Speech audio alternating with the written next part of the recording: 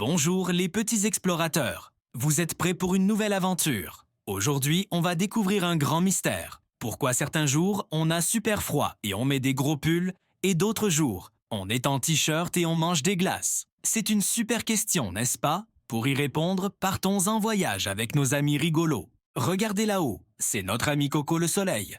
Salut Coco. Coco le Soleil, c'est comme un immense radiateur dans le ciel. Il nous envoie plein de rayons chauds pour nous réchauffer. Quand ces rayons arrivent directement sur nous, hop, il fait chaud et c'est l'été. On peut aller jouer dehors, faire des châteaux de sable.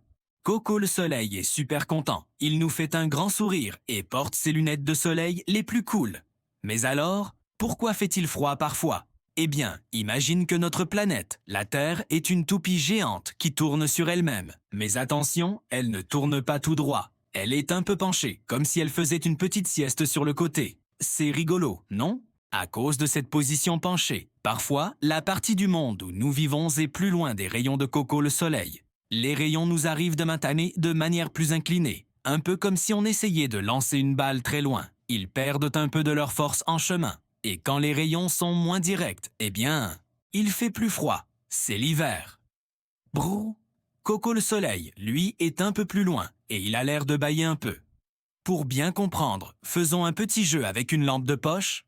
Prenez une lampe avec papa ou maman. La lampe, c'est notre soleil et votre main, c'est la terre. Si vous éclairez votre main bien en face, vous sentez la chaleur et la lumière est très vive. C'est l'été. Maintenant, si vous penchez la lampe de poche sur le côté, la lumière s'étale et elle chauffe beaucoup moins.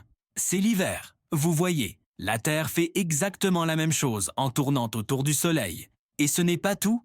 Parfois, il y a des visiteurs dans le ciel. Regardez, ce sont les nuages farceurs. Ils adorent jouer à cache-cache avec Coco le Soleil. Quand ils sont très nombreux et très épais, ils passent devant lui et bloquent ses rayons chauds. Pouf, le Soleil a disparu. Même en plein été, s'il y a de gros nuages gris, la température peut baisser un peu. Mais dès que le vent souffle et les pousse un peu plus loin, Coco revient et nous réchauffe à nouveau. Coucou. Et le vent alors? Le vent, c'est comme un grand ventilateur invisible. Parfois, il nous apporte de l'air chaud, comme un gros câlin. D'autres fois, surtout en hiver, il va chercher de l'air très très froid qui vient des pays où il y a de la neige et de la glace. Et quand il souffle sur nous, il nous donne des frissons.